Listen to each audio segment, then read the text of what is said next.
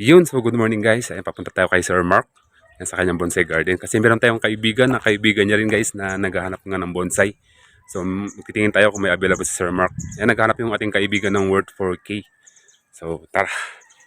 Yan nga guys, pababa na tayo dito sa area ni Sir Mark. At magtatanong nga tayo kung meron nga ba siyang for sale na mga alaga niyang bonsai. Ayan, let's go. Ayan guys, meron nang napili si Sir Mark na isa. At kanya nga lang nitong nilinisan ng mga tumubong damo. Yan guys, ito nga ay isang yellow doogie. Ayan. At ito nga ibigay ni Sir ng 3. Ito naman yung pangalawang napili ni Sir.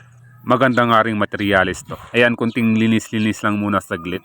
Ayan guys, ang puno naman na ito ay isang variety ng battle brush. Ayan, at bigay nga din to ni Sir ng 3. Doogie. Pangatlo namang napili ni Sir, ayan, isa ring yellow doogie. At syempre, ayan, tatanggalan muna natin ang mga tumubong damo. At sa pangatlong material nga natin, ayan, ito nga ibigay din ni Sir ng 3. Ayan, sa pang-apat natin at huling pili ni Sir, variety nga ng bougainvillea at ito ay isang silver red boogie. Isang ang cascade at ito naman ay bigay ng 4 ni Sir. At sa mga titipo nga dyan, ayan, message na, sheesh.